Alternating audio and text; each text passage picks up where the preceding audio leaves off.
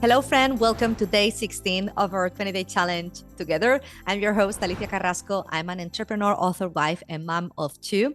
And if this is the very first episode that you're listening to and you're wondering what the 20-day challenge is, let me explain you very quickly in hopes that you also want to join it.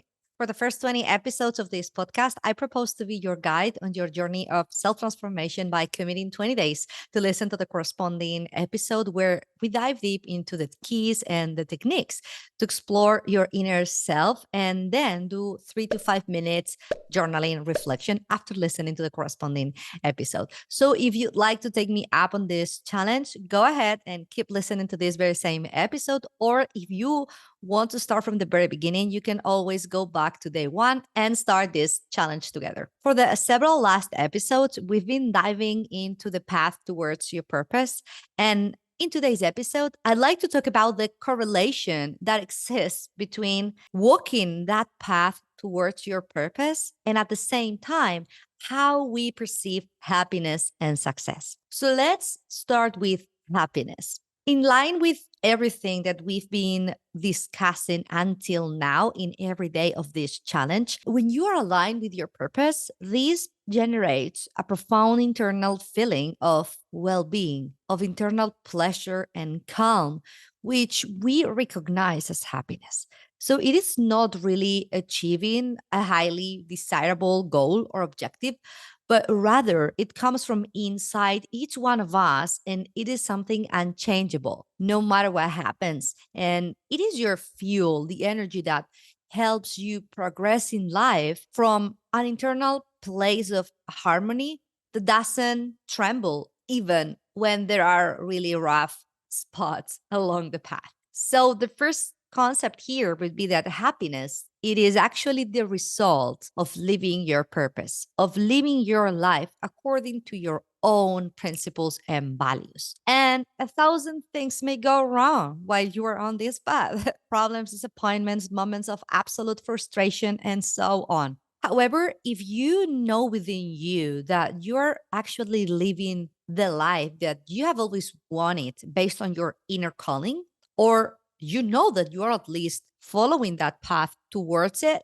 this profound sensation of happiness is actually what will make you continue moving forward and treating all those problems as challenges to be overcome in order to constantly learn and evolve. And you know what? In today's capitalist society, mass consumption and competition encourage us to continuously seek happiness kind of outside of ourselves through material objects and gratifying experiences that are short lived, and a life that is so exhausting that is constantly disconnecting us from ourselves. And actually, it is this disconnection between our physical life and what our soul really needs to fulfill its potential here that actually generates that inner imbalance that mistakenly causes us to continue seeking what will bring us happiness outside of ourselves, whether it is a new car or new trousers, designer shoes, or I don't know, holidays in the Maldives or whatever, right? Or a new house.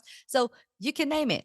But whatever it is a vicious circle that it never ends and generates this false sense of happiness, which in reality is actually short term pleasure, soon to become a void that needs to be filled again. And the problem is that nothing can make you happy in this state of internal imbalance because material items and physical experiences are ephemeral and they simply give you a false illusion of happiness that actually lasts for a very short period of time, only to fade and disappear. Once again, leaving this internal void that only can be filled with your purpose. So, long lasting happiness occurs when you enjoy really each one of the things that you do in your life. And at the same time, by doing that, you are helping others. As Howard Thurman said, when you ask yourself about how to achieve happiness in life, don't ask yourself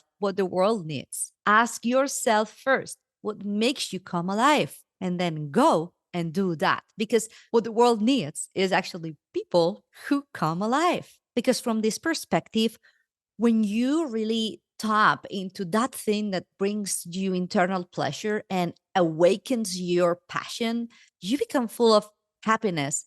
So much so that you become a light and a guide for others, helping inspire others to do the same with their lives. And this is actually the meaning of life from my point of view. It's actually connecting to the greatness that you have inside you and you express it in the world through your unique way of doing things. And you can find this path towards this personal realization by this is something that I actually do when I feel sometimes a bit lost is I ask myself these three questions. What experiences do I want to have in my life?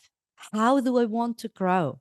And how do I want to contribute to the world? And when answering these questions, please do it from your heart. And you'll see there some keys about what is it that you've come here to do. So we just talked about happiness, right? And on the other side, we have success. I think it's really important to redefine the term success because many people think that just by reaching happiness, one achieves success in what they are doing, whether this is at a professional or a personal level, according to the social standards that are considered for classifying whether a person is or it is not successful, such as having a nice home or maybe a well-paid job or forming a family, being on television, being famous, being an influencer or whatever, right? So success actually goes beyond these social conventions.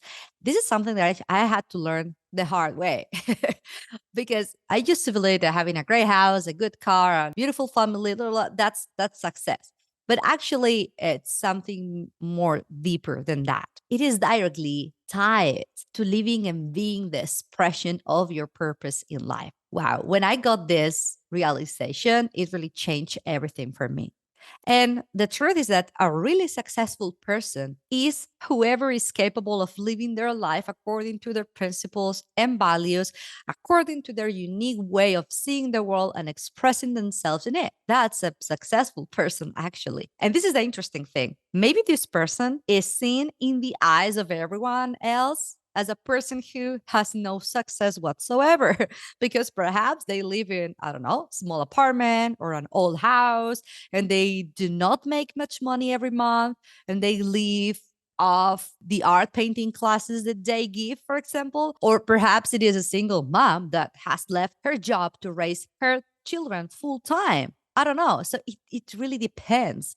But if these people, and this is the important thing, if these people within themselves, they feel really that they are following the path towards their purpose day after day, because they themselves have actually chosen this path and are living life in alignment with these principles, then that is really everything that they need to feel that they are being successful in their life and they can live in total happiness. So, happiness and success are directly tied to being able to realize a particular vision of life that each one of us has. And as such, there are no standards and rules to follow. So, in the same way that each one of us is totally unique and we came here with a specific natural talents to express our potential and help humanity evolve, the definition of happiness and success is equally broad and bright. The only constant thing that repeats